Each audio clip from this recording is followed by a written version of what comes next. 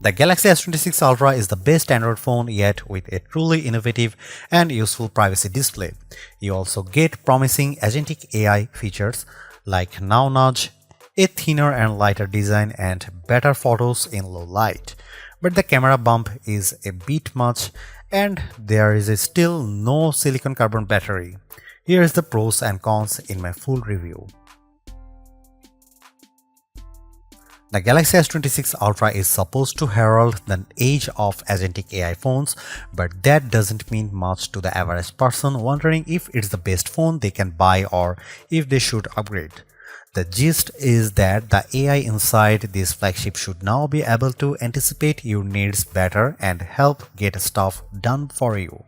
For example, the Now Brief feature surfaces recommendations based on the context of your texts.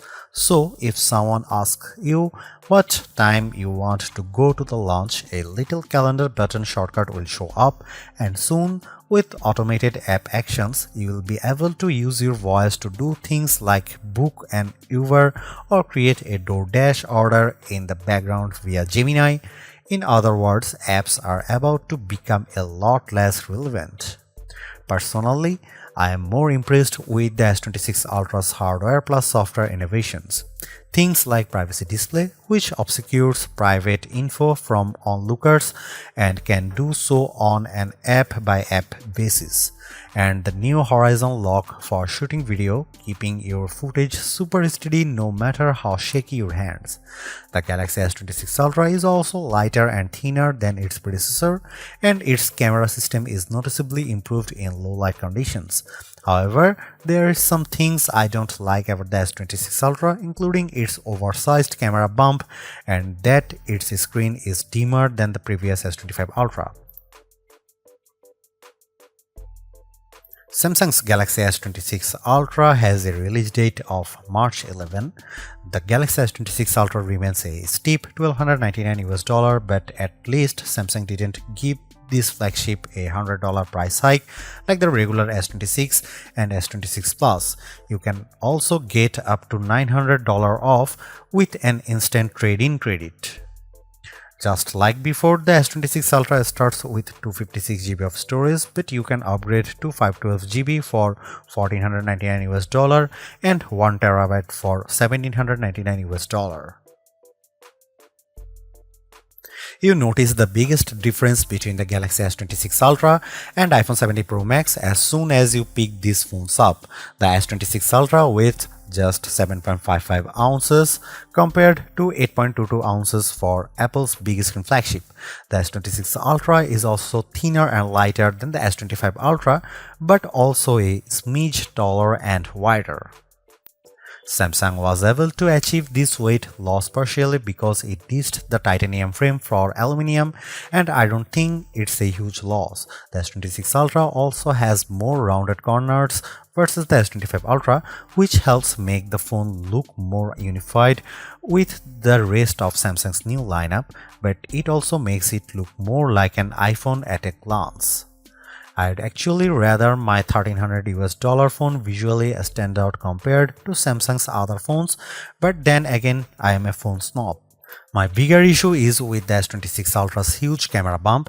The translucent pill-shaped glass plateau looks sleek compared to the floating lenses on the S25 Ultra, but the thickness of the bump itself causes the newer phone to wobble a lot more when placed flat on a table. And while the camera plateau on the iPhone 17 Pro Max is even bigger, it stretches across the back of the phone and therefore doesn't result in wobble. The other bummer about the S26 Ultra is that it lacks QI2 magnets for MagSafe-like charging. You will need to use a case once more to get the functionality. Samsung purposely left off these magnets in order to create a thinner and lighter design while also making the vapor chamber for cooling bigger. Samsung says that 98% of its customers get a case anyway, and that's probably a good idea. The back of my Cobalt Violet model picked up a noticeable scratch on the back in just a few days. I do like this color the best, though you can also pick from black, white and sky blue, and you can order silver shadow and pink gold exclusively on Samsung.com. The S Pen on the Galaxy S26 Ultra for me is a bit more valuable than it used to be. Sure, you can use it to take notes or make fine edits on photos, but it really comes in handy when using AI apps like Creative Studio. I draw a very crude rabbit and the app turned it into a sharp and fun illustration I could then share or use as a sticker. And within the Gallery app, I could draw things to add them to my photos. While the S Pen looks similar to the one on the S25 Ultra, it's a bit slimmer and back is now curved to match the look of the S26 Ultra's more curved chassis. Now this is a clever idea, so clever I could say Apple stealing it. The privacy display on the Galaxy S26 Ultra uses a combination of hardware and software to keep shoulder surfer from gawking at your screen. This tech blows away third-party privacy screen protectors you peel and stick onto your phone because you can turn the feature on and off at will. The S26 Ultra has dedicated narrow pixels that only shows you what you want to see when privacy display is enabled, and it works like magic. Just turn on privacy display from the quick settings menu, turn your phone and your screen suddenly becomes blank. It gets better. I really appreciate that you can customize which apps automatically turn privacy display mode on, whether it's Gmail or your banking app. The Galaxy S26 Ultra can even obscure just particular parts of the display, such as notification pop-ups as they come in. I tested this out with message notifications and it worked well. Based on our testing, the Galaxy S26 Ultra's display is slightly dimmer than the Galaxy S25 Ultra's panel, even with privacy displays mode turned off. For example, the Galaxy S26 Ultra reached a max 1806 nits of brightness with HDR content compared to 1860 for Galaxy S25 Ultra. When viewed head-on, I could tell that the Galaxy S25 Ultra's screen was brighter when viewing website on Chrome, even though it was not dramatic. But you really notice a difference when you view the screen off angle. That's the price you pay for privacy display, and I personally think it's worth paying if you really care about privacy. Don't get me wrong, this is a fantastic OLED display on the Galaxy S26 Ultra. It also benefits from an improved Pro Scaler that makes photos and videos appear sharper, and you get more lifelike colors thanks to Samsung's mobile digital natural image engine. When I watched a video of a helmeted chameleon side by side on the Galaxy S26 Ultra and S25 Ultra, the older phone's screen was indeed brighter, but the chameleon looked sharper with more contrast through the S26 Ultra. Outdoors, the Galaxy S26 Ultra's display was brighter than the iPhone 17 Pro Max in direct sunlight, even though the iPhone turned in slightly better results in our lab testing. In our previous iPhone 17 Pro Max vs Galaxy S25 Ultra camera shootout, Samsung lost points for mediocre low-light performance, but Samsung is firing back with a wider aperture on its main 200-megapixel camera and 50-megapixel telephoto lens. The result should be up to 47% and 37% brighter images through these two cameras. So I put that to set the test in a series of shots with the Galaxy S25 Ultra and Apple's flagship. Check out this zoom shot of Clock Tower. The Galaxy S26 Ultra image is noticeably clearer, while the S25 Ultra shot is fuzzy and chock full of noise. So, how about colors? In this shot of tinted daisies, I prefer the brighter image from the iPhone 17 Pro Max, but the Galaxy S26 Ultra delivers a bit more detail in the petals and more contrast, so it comes down to personal preference. The S26 Ultra fared better indoors too. In this nearly dark room, it shot a brighter image of these decorative flowers and vase. You can make out more detail in the petals and the lamp in the background.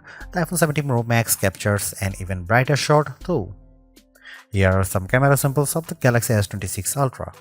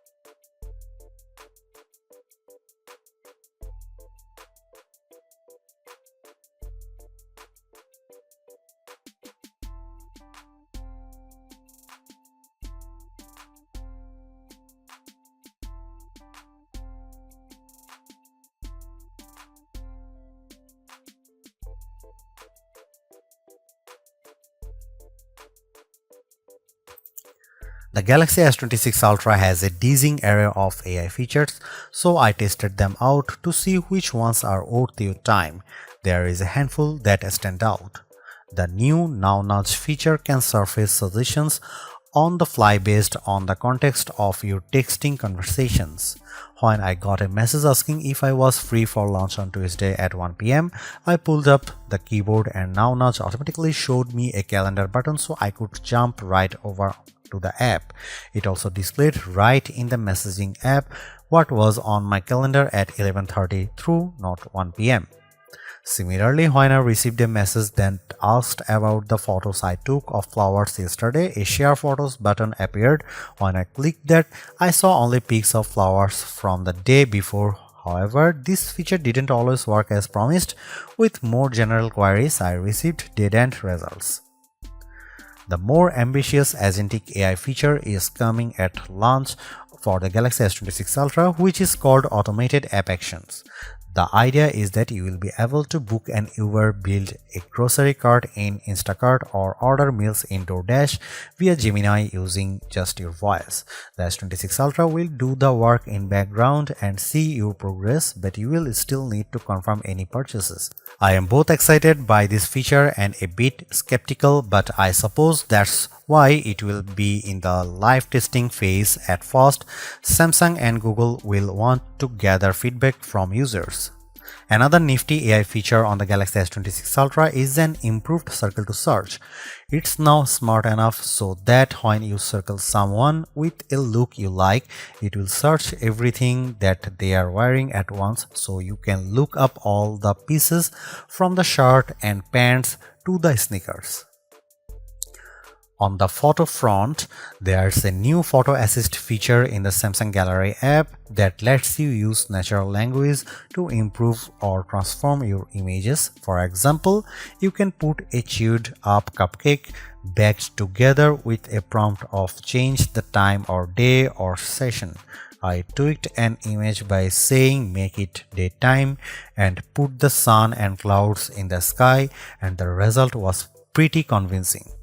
You can even combine images by adding other photos from your gallery into a picture, and you can describe how you want them combined. I had fun putting my puppy in various shots, for example. Believe it or not, Bixby is also still a thing, and it's now supercharged with Perplexity. Bixby comes in handy for quickly tweaking device settings or learning how to do things on your S26 Ultra, but Perplexity integration now adds an extra layer of intelligence. Beyond just summarizing web pages, you can get quick answers to questions. In my case, I asked about the 5 biggest upgrades between the S26 Ultra and S25 Ultra, and the answer was solid. My main complaint with all of these AI features is that it can be hard to know what is available where.